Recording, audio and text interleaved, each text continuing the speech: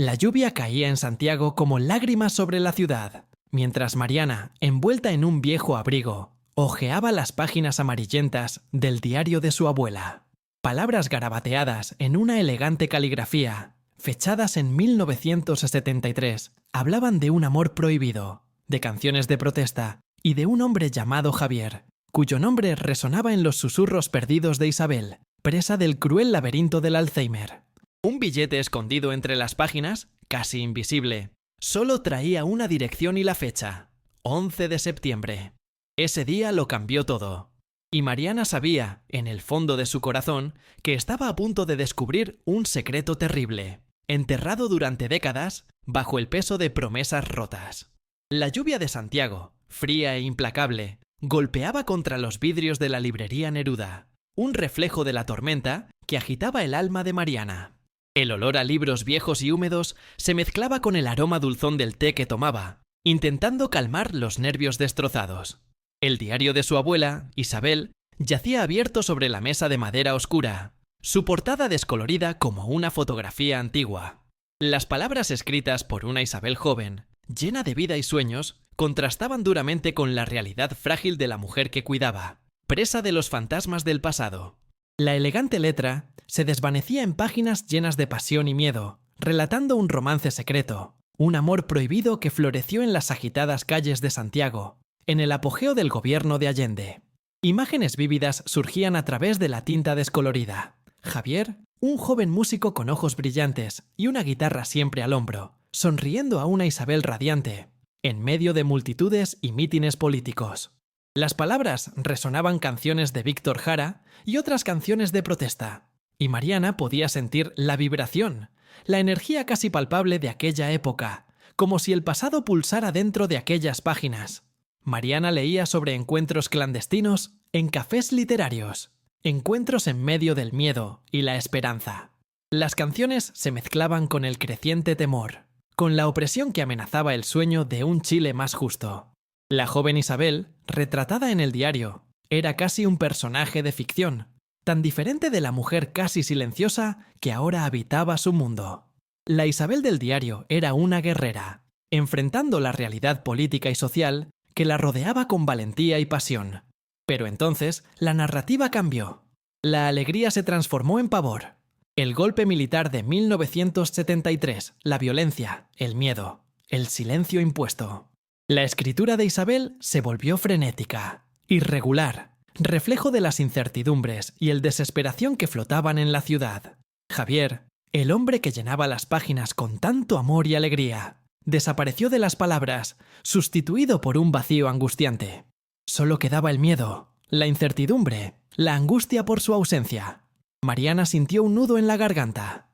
No era solo la historia de un amor perdido, era la historia de una generación silenciada, de la pérdida de una libertad soñada. Aquel diario no era solo una colección de recuerdos, era una bomba de tiempo a punto de explotar, revelando secretos enterrados durante casi medio siglo. El billete con la dirección y la fecha del 11 de septiembre, escondido entre las páginas como una daga, dejaba claro el tamaño del peligro y el misterio que estaba por venir. Un escalofrío recorrió la espalda de Mariana al darse cuenta de que la fecha del billete coincidía con el día de la desaparición de Javier. Las palabras de Isabel se volvieron cada vez más desesperadas, llenas de promesas y súplicas que no habían sido atendidas. Repetía el nombre de Javier, implorando por su regreso, su volver siempre. Y esa promesa inacabada, ese volver siempre que pendía en el aire, era una carga pesada, una promesa más rota, cargada por el tiempo y el silencio. La lluvia seguía cayendo, pero ahora parecía resonar el llanto de su abuela, un llanto silencioso, de alma atribulada que permeaba los laberintos de la memoria. Mariana sintió un intenso peso sobre sí, el peso de las promesas incumplidas, el peso de una historia no contada, el peso de una familia marcada por la dictadura. La pequeña librería, la herencia de su familia, ahora parecía mucho más que una carga que llevar. Era una llave al pasado, y Mariana, contra su voluntad, estaba a punto de abrir la cerradura y enfrentar las consecuencias de lo que estaba escrito en las páginas amarillentas. La dirección en el billete la llamaba, como una advertencia. Una dirección en el corazón de Santiago, Un lugar que probablemente guardaba más secretos, más pedazos del pasado, más pedazos del corazón roto de Isabel. La librería, con su fragilidad, su olor a papel y polvo, parecía pequeña ante el peso de esa historia, y Mariana, pequeña ante la tarea aterradora que se presentaba. Sin embargo, una llama de coraje comenzó a ascender en su pecho, encendida por la promesa de desvelar la verdad, y por la necesidad de dar voz a una historia silenciada durante mucho tiempo. El peso de las promesas la impulsaba. Necesitaba saber. Necesitaba encontrar la respuesta. Necesitaba encontrar a Javier. La lluvia seguía cayendo, golpeando contra los vidrios de la librería Neruda, como un insistente tambor. Mariana, ahora con la dirección en sus manos, una calle estrecha y casi escondida en un barrio antiguo de Santiago, sentía un frío que venía de adentro, mucho más intenso que la humedad de la tarde. La dirección, garabateada en un papel olvidado entre las páginas amarillentas, parecía vibrar con una energía siniestra. Era como si el propio papel gritara el nombre de Javier, resonando el susurro casi inaudible que salía de los labios resecos de su abuela. Cerró el diario con un suspiro, el peso de las palabras aún vibrante en sus dedos. Isabel, en su cama, dormía un sueño ligero, puntuado por gemidos bajos y confusos. Mariana se acercó, acariciando levemente la mano arrugada de su abuela, la piel tan fina que parecía casi traslúcida. En los ojos cerrados, Mariana veía reflejos de un pasado vibrante, lleno de vida y color, en choque con la fragilidad del presente. La dirección no era solo un lugar, era una puerta a un pasado oscuro, un pasado que la dictadura había intentado enterrar para siempre. Mariana pensó en las canciones de Víctor Jara, en las melodías de protesta que resonaban en las páginas del diario. Una banda sonora para un amor que floreció a la sombra de la opresión. Ahora, esa música parecía un lamento, un grito silencioso de dolor y nostalgia. Con una mezcla de miedo y determinación, Mariana tomó su abrigo y salió de la librería. La lluvia la acompañaba como una fiel escudera, fría y constante, pero a ella no le importaba. Tenía una misión. Necesitaba encontrar la dirección, descubrir qué se ocultaba tras aquella puerta, descubrir quién era Javier y cuál era el peso de las promesas que habían sido hechas y rotas. El camino hasta la dirección parecía recorrer también el tiempo. Cada calle, cada esquina, cada casa antigua contaba una historia, un fragmento del pasado chileno. Era como si Santiago, con su arquitectura colonial y su historia marcada a fuego, respirara la propia historia de su abuela y de Javier. Encontró el lugar con cierta facilidad, guiada por la memoria de las palabras de Isabel que resonaban en su cabeza. Una casa vieja, de paredes descascaradas, con una puerta de madera oscura, casi podrida, enmarcada por un hueco agrietado, como la propia memoria de la abuela. Un silencio pesado flotaba sobre la casa, un silencio que parecía guardar secretos muy bien guardados. Mariana dudó por un instante, el miedo apretando su pecho, pero la voluntad de saber, la fuerza de las promesas incumplidas, la necesidad de llenar el vacío en la vida de su abuela, la impulsaron hacia adelante. Con la mano temblorosa, Mariana tocó el pomo oxidado. Sintió una resistencia, como si la propia casa se opusiera a su entrada. Pero, con un último suspiro, giró el pomo. La puerta crujió al abrirse, revelando una oscuridad profunda y un olor a moho y polvo. Un olor que recordaba a la propia memoria polvorienta de su abuela. Un pasillo oscuro se extendía ante ella, envuelto en un silencio sepulcral, roto solo por el sonido de la propia respiración de Mariana. El aire estaba pesado, denso, cargado de una atmósfera opresiva. Encendió la linterna de su celular, su única guía en aquel laberinto de sombras. La luz tenue iluminaba paredes descascaradas y muebles cubiertos por sábanas de polvo. Cada paso resonaba en el silencio, amplificado por la atmósfera cargada de misterio y temor. Mariana sentía la presencia del pasado, la fuerza de las promesas rotas, la memoria colectiva de un país que aún cargaba las cicatrices de un pasado brutal.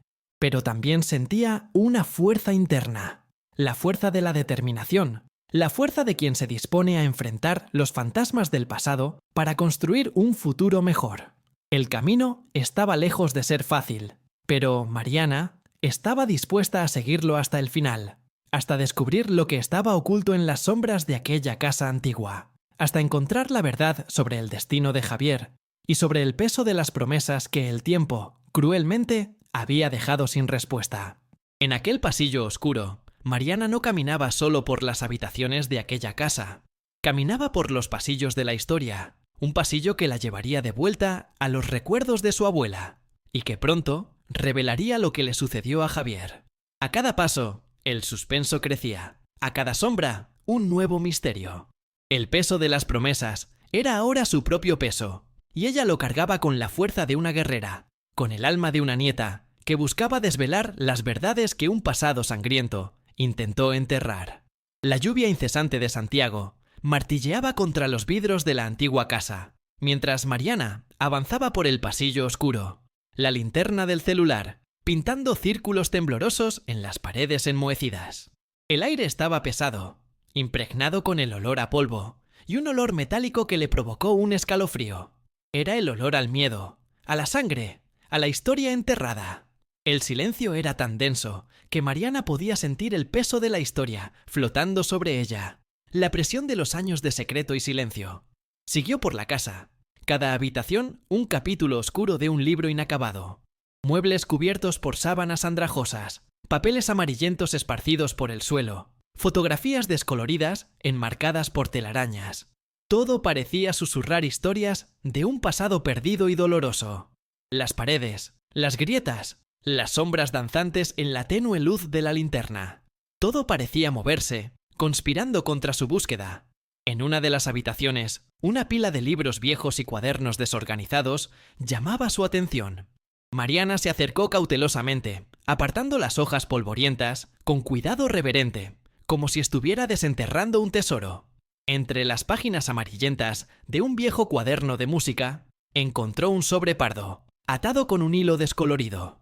Las manos le temblaban mientras desataba el nudo. Dentro del sobre, un retrato descolorido de Javier, joven, sonriente, con la guitarra en su regazo. La imagen lo retrataba en un escenario, bajo la luz difusa de un mitin. Mariana sintió un apretón en el pecho, una punzada de tristeza y admiración al mismo tiempo. Javier, vivo y radiante, la miraba desde el pasado, como un fantasma surgido de la oscuridad. Junto al retrato, un puñado de cartas, escritas en una caligrafía elegante, casi infantil. Eran las cartas de amor de Isabel a Javier, cartas apasionadas escritas en momentos de alegría y miedo, cartas que hablaban de un amor que floreció a la sombra de la dictadura. Mariana leía cada palabra con la devoción de una sacerdotisa, en un ritual silencioso, en una ceremonia particular de reconciliación. Una de las cartas contenía una información devastadora, escrito a mano con la letra temblorosa de Isabel. Ya no podemos más vernos. Me están vigilando. Javier necesita salir del país, encontrar refugio, la promesa de volver siempre. Pero el peligro es demasiado grande. Otra carta, escrita en un tono más aterrorizado, describía el día del golpe, la brutalidad de la represión militar, el encarcelamiento de muchos amigos, la desaparición de Javier. La angustia de Isabel era palpable, cada palabra cargada de dolor y miedo. La última carta, escrita en un tono de desesperación absoluta, contenía una confesión terrible, una revelación que heló la sangre de Mariana. El subterráneo. La promesa de volver. Él ya no va a volver. El subterráneo. Se lo llevaron al subterráneo. Mariana sintió un shock, un frío mortal recorriendo su columna vertebral. El subterráneo. La frase resonaba en sus oídos, como un lamento proveniente de las profundidades de la tierra. Un temblor recorrió su cuerpo. El recuerdo de otras historias que había leído sobre la dictadura chilena y sobre sus métodos crueles. La ficha cayó en su cabeza. El misterio era más aterrador de lo que jamás había imaginado.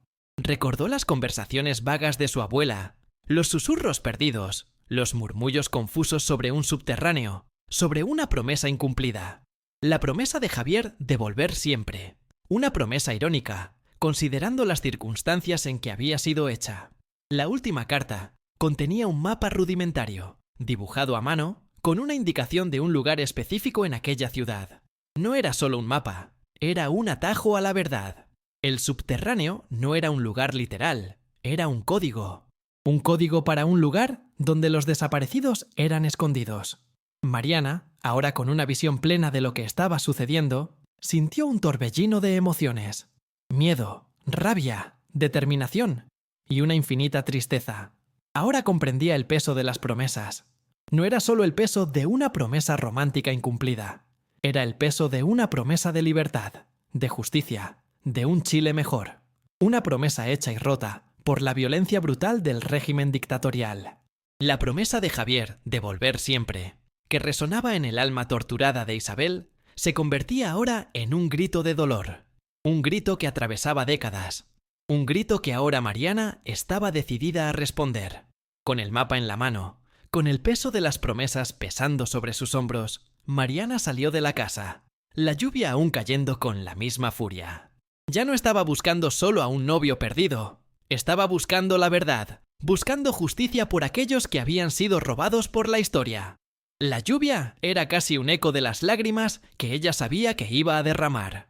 Pero también sentía una llama de esperanza, de justicia. Ella iba a encontrar la verdad, e iba a honrar la memoria de Javier y de todos aquellos que habían sido silenciados por la dictadura. La búsqueda de la verdad ahora se convertía en una jornada de coraje y responsabilidad, de lucha contra el olvido.